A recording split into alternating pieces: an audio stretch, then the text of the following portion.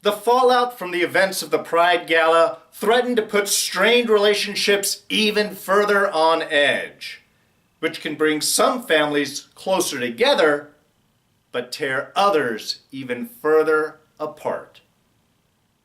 So maybe squeezing them all into a school's open house wasn't the best thing that could happen right now.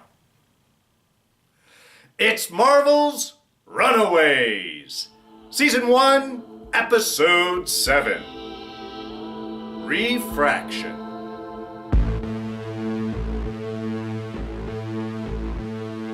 Hey everyone, D here, and welcome to our review of Runaways, Season 1. So yes, spoilers. They're coming, you know it. Alright, so Episode 7, Refraction, dealing with the fallout again of the PRIDE Gala, plus the bonus of squeezing everyone into a school's open house. So a lot of dynamic actions going on with this episode. And with many of the other episodes, we do start with a flashback. A little different one this time, though. Not really so much of a particular scene, but a sequence of events. We are looking back on Viktors past, specifically when he meets Janet, as two science students connecting over a discussion of time travel and gravity, to the birth of Chase, where we're seeing Viktor as a loving parent, seeing fatherhood, his child, as the one reason for being, what it's all about. And then, of course, the separation of those feelings. The first two scenes all very lovey, connective, positive. And then we see as the years have strained Viktor, how he is not close to his family at all, certainly not his son. Not showing up to the city finals and then bashing him in the head, bouncing his head off the car window when Chase decides to speak up against him. So again, we're seeing how Viktor got to where he is now. And very interestingly, sort of from this sort of, I wouldn't say fever dream, but sort of a dream, waking up to hearing his time machine television receiver with a message from Chase. Dad, I am sorry. Whatever you do, don't pick up the Fistigons. And this is definitely sometime in the future. Chase looks much older, glasses, beard. How far into the future, we do not know. But this is a very, a lot of foreshadowing, very dark insight into what is further going to happen into the episode. We are seeing again the consequences of the shifts of Viktor's personality. And throughout this, I mean, Viktor's actually, in some ways, kind of humorous in this, but it's always one of those things where we're laughing with sort of bated breath in a way, waiting for the other shoe to fall, because he is very lovey, certainly after the shot from Jonah, which seems to have cured or at least alleviated the symptoms of his tumor, acting very much like a drug, almost like ecstasy or something, where everything is very positive and very loving, and he's very caring, and he's connecting with Chase, and he's doing all of these great things. Even when he gets to the open house, I'm going to the open house. What? No, you never come to these things. Come on, Dad. You didn't show up to my city finals. This is, again, establishing this long history of Viktor being distant from his son, just suddenly coming up, yes, I'm going to be there, I'm going to do these things, I want to meet your parents, your teachers are doing such great stuff. I love that scene when he, at the open house, when he asks, is there going to be an opportunity for me to thank my son's teachers and everything that they did? You know, it's great, it's wonderful, but how long is it going to last? And I really appreciated the sort of comparison they did with Dale and Stacy, Dale specifically, also being exposed to Jonah's serum. He had pocketed the bottle right after the end of last episode. Doing a little research, doing a little checking out. Oh my God, its healing properties, all these things that it can do, spill some on him, and suddenly, much like Viktor, Dale goes into a happy space, a super happy space, which, I don't know if it takes him quite as high, but definitely drops him much sooner. Watching Dale sort of go through the whole happy scene and then start to crash. Again, same scene where Victor is asking, can I talk to my kids' teachers and thank them? We have Dale in the back just putting on the glasses like, it's too bright, it's too much, I can't deal with this. And ask the very apt question is, if he is crashing now with that very little drop exposed to him, what is going to happen to Victor? And yeah, that does not end well for Victor at all.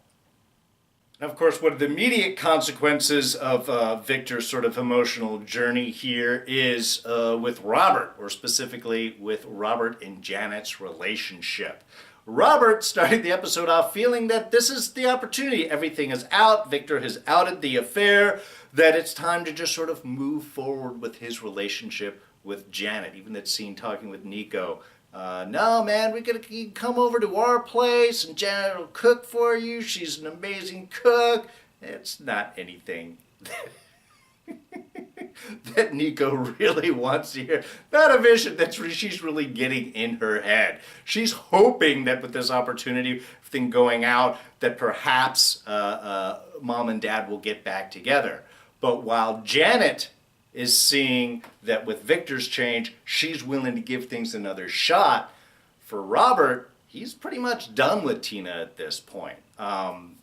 So again, two different approaches, two different reactions to what is going on here, which leads to that kind of dark confrontation between between Victor and Robert. Victor now at this point starting to crash out of his Jonah drug-fueled high, wanting to thank Robert for being there for Janet when he couldn't be.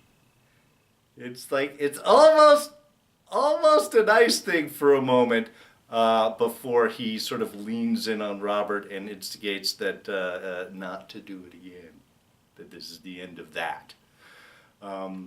Which might not have dissuaded Robert too much until Janet herself comes out and pretty much shoots him down harsh. I mean, I gotta say, I felt a little bit for Robert in that moment there, where Janet's just kind of like, hey, I needed someone, I was there, but now it's time to move on, and I'm back with my husband, and everything's cool. So we see, again, it's the consequence that's going on. Janet seeing Victor's sort of joy out of this and the opportunity for love possibly being there, not fully aware of Victor's whole drug-induced state, and this is being the consequences of that.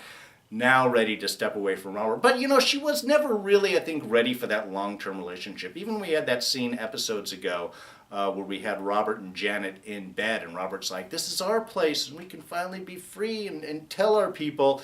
Janet not ready to do that. Part of it is concern over the consequences for Chase. And that might still be the overriding fuel for her. She even talks to Chase about that also, about it's not just the concern so much for her, but the concern of something happening to Chase if she leaves, and she couldn't live with herself with those consequences. So I think that's a big push for why she's making her choices, but still, Robert, who is pretty much in love with Janet, really, out of love with his wife, in love with Janet, now getting double shot down, both from angry psycho husband there and then from Janet herself. And I have to say, was really feeling for Molly a lot in this episode. Yes, she made some mistakes. Her confrontation with Catherine definitely raised up their warning signs. We have Catherine getting all up in Alex's business until they can find out. So yeah, Catherine and Jeffrey definitely digging in with Alex and concern about how far, pretty much knowing that Molly had seen things, curious about how far her knowledge has gone, how much she has told everyone else, how exposed everyone else is. But Molly, like I said, I mean, we have that scene where she kind of basically has to admit to everyone what had happened, kind of give them the clue in, and they all pretty much shoot her down, which I thought was really, I mean, that's unfortunate. Look, these are young people who are making mistakes. There's a lot of mistakes that happen, a lot of emotions that are going on for this. But I really felt it for Molly, who pretty much felt ostracized from the one group of people that she is connected to. And certainly the momentary swing over towards Eiffel in the dance troupe direction didn't really work out. I mean, and she's in it. She's watching. She's practicing. She's seeing the moves. She's seeing what she has to do. We saw briefly in her dance audition, she is talented. She does have that ability within her. She's got some moves. She's got some style. But younger and not as popular, and certainly willing from the popular kids to be thrown as team manager. Yeah. Clean towels and fill water bottles. It's so bad. So bad. Carolina connecting with her, though, pretty much. I mean, and I like the fact that at least it's not everybody that's kind of shooting Molly down at this point. That she does have still some connections in with the group. But really, it's once the Wilders talk to the Yorks and they find out that there is some, I guess, in the Hernandez's will. They talked about Graciela, they talked about a friend of the family that they can send her off to that would be willing to watch over the Yorks had adopted her. So when we get to the end, when the Yorks are just like, we're packing your stuff up, you gotta go, it's gonna be fine, it's gonna be great, it's gonna be a different thing, again, it's like a dog being taken off to be shot. It really is. Oh no, we're going to send you up to a farm. It's going to be lovely. There's going to be all this place to run. And I mean, I know they're not killing them, but it's that same type of thing where we're talking about a bad situation and they're really trying to put a positive spin on it. And of course, this is Molly's worst nightmare. I mean, she says that straight out. She's already lost her family, her parents. And now her adopted family is basically just pushing her aside, getting rid of her into a place where someone she doesn't know, she's never met, at a new place. I mean, it's the worst, especially as a teenager. It's like the worst series of events that could have possibly happened. And despite the group's kind of connection there, and even Gert getting a little upset, I do appreciate Gert just connecting in with her is just like, look, I know, I love you, we're going to find a way to stop it, but for right now, you're going to have to go. We're going to make some moves, but with everything else going on, murderous parents and suspicions and search for truth and evidence and everything else that's going on, the moment, Molly, you're going to have to go, and we'll find a way around this. So, yeah, long-term consequences, big things, and, permanent split kind of here between Molly and the Yorks. Well, Dale and Stacy at least. Gert's still there for her. Frank, feeling a little confident after his little discussion with Jonah, was wondering what was going to happen with that fallout as Jonah was leading Frank away, talking about, no, you went ultra. Certainly the look on Leslie's face at the end of last episodes didn't look positive. And certainly seems a little different here when Frank sort of reapproaches. He's got the magic healing gloves, which again is kind of an interesting thing. We're seeing Jonah really dependent a lot on technology to work his abilities as opposed to just sort of granting them. So I mean, I kind of like that idea, that concept. So that also means I wonder how much of that might go into Nico's staff or Tina's staff. I guess at the moment, still trying to figure out what the actual origins of that staff is. But yeah, so Frank's got the healing gloves, willing to go out and heal, wants to take that big step, now walking into that ownership position of the church, that this is going to be something important, this is something that he wants to do, he's a part of the church, he wants it to be, wants to bring it up, live that reality. Which unfortunately does lead to him discovering the picture of Jonah and Leslie. Leslie in 8th grade. Jonah looking just like as he is now. That's that classic immortal kind of Victor thinks that evidence that gets caught, like, all right, everybody else is aging and you look exactly the same. Yeah, something's got to be weird about this. And kudos to Frank for confronting Leslie about that. And in a way, kudos to Leslie for admitting that their relationship, Jonah and Leslie's relationship, a lot deeper than he thought, considering that Frank has been having these kind of flashback images of Jonah sleeping with his wife. Not really sure, is this real? Is this an impression? Is this an actual memory? Certainly solidifies things in his mind of what he actually remembers and what's really going on.